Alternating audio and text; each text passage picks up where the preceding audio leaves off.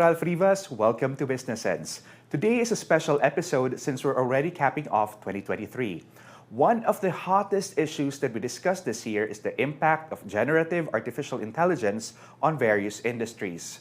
Today's episode unveils the profound impact our past guests have witnessed, dissecting the convergence of technology and business. Join us as we unravel the nuanced threads that shape the landscape of AI in the corporate realm. Will AI really wipe out jobs? Will AI eventually replace me as the host of Business Sense? Well, that's precisely what I asked LinkedIn's Head of Growth Markets and Country Leader for the Philippines, Atul Hartisangka. And with the rapid digitalization we have seen over the last 2-3 years, which was very much accelerated by the pandemic, we noticed the jobs were changing on us, even if we were not changing our jobs.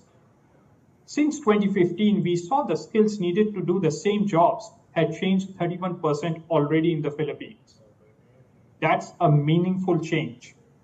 Now with AI, ChatGPT coming up since last year, we actually expect this number to go up to 65% of change in skills by 2030 due to AI alone.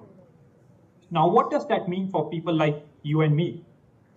And before we get there, let us be aware and mindful that we have seen this before. With the internet in 90s, smartphones in early 2000s, we went through the same cycles.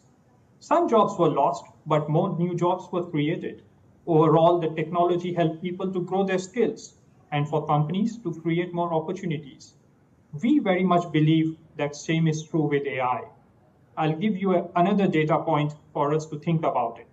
With AI, we are seeing that professionals and businesses can unlock new opportunities, improve productivity, bring people greater satisfaction.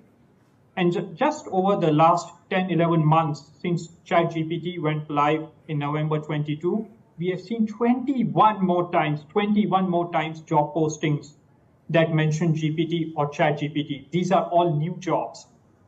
And what does this level of change really mean is that we have to start thinking about skills first. As leaders, we have to take a skills first approach to expanding our talent pools, to invest in our employees to upskill.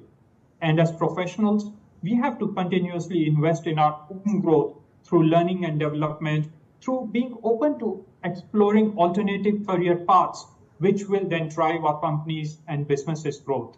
Another industry feeling kinda jittery over the impact of AI is the BPO industry. Experts noted that repetitive jobs and outsourcing will eventually be replaced by AI. But for Jack Madrid, CEO of the Information Technology and Business Process Association of the Philippines, he's seeing higher growth, higher revenues, and more opportunities for Filipinos. We just have to keep up with the tech. We have been using AI even before ChatGPT was invented. And so, we have to remember that our sector was how technology came into the country. And I think we have proven, the Filipinos, not just our sector, but Filipinos have proven to be very adept at adapting to technology. So I know that the inherent talent is there. And I think we just need to view AI as yet another transformative opportunity to be able to upgrade and strengthen and make more efficient the business processes that our Filipino workforce does. So I view it as more of an opportunity than a threat. And the history of work, we have underestimated the new kinds of work that new technologies can bring. We have focused too much on the paranoia of job displacement. So I think we need to just, control, let us deal with challenges that we can control rather than be fearful of AI. We need to accept it, embrace it. All the information is there. And it's on our screens every day. Let us just take this more seriously, upskill ourselves. I think it's a personal imperative for us to do that and not just rely on the government or our employer to upskill us. I think it is a personal responsibility for all Filipinos to upskill themselves. And Yeah. instead of worrying about job displacement, the good thing about AI is that the whole world is starting on a level playing field. This is not new just for the Filipino workforce. The whole world has to adapt to this. So it's really a very cultural and I think attitudinal thing for us to just accept new technology. And we've done it in the past. We were the text messaging capital of the world some years back. We embraced it. Why can't we embrace AI in the same way? Now, okay, lots of points to break down there and dissect. But of course, merong mawawala talagang jobs. We have always wanted to go to higher value jobs. But the question really there is, going back to your points earlier, do we have the skills? Does our labor market? And I go back to the biggest challenge of the industry. We need to accept that to survive in the workplace, to remain employable, we need to accept the need to learn, unlearn, and relearn new skills faster than ever before.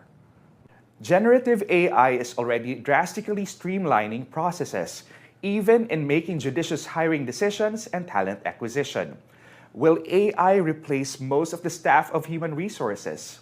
That's exactly what I asked Sprout Solutions CEO Patrick Gentry.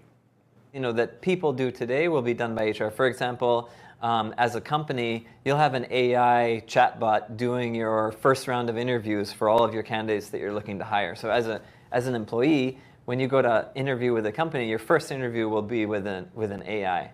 And other applications will be if you have a question, if you're an employee and you have a question about your employer's policies around vacation leave, you're just going to chat with an AI. You're not going to need to bother your HR folks with that. Now, the great thing is that frees up our HR, our people professionals, to do more meaningful work than answering questions about leave policies and things like that. So it's absolutely a great thing. It will take some, it changes our jobs, but it makes our jobs more meaningful at the end of the day. AI is also seen to improve the way we invest and improve our access to various financial products. Our friends at GoTime and CIMB discuss how AI is driving the financial revolution. Right, there's a huge trend on AI and the advantages that it brings in terms of efficiency. I don't, as a digital bank ourselves, we're also taking advantage of that.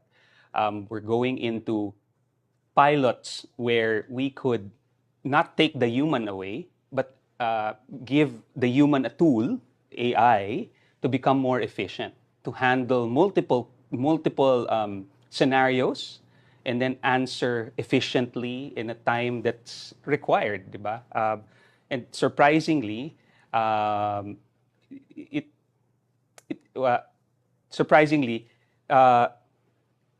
the people who are on the other end of the line, no? They're expecting, oh, but ang bilis nito sumagot, but ang galing, di ba? That's all because of what AI, or in this case, ChatGPT does for us. The two areas we're focused on initially are marketing and customer service.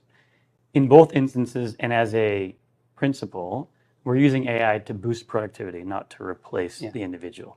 So if I use the example of marketing, we're using it for content creation. So typically, someone will sit and generate lots of different options, for example, on a emailer or a tweet or an Instagram, Facebook message with a private instance, which is trained on our products and data in our history. We can rapid fire have that marketing professional generate much more variations of their kind of first draft, or even start with a first draft.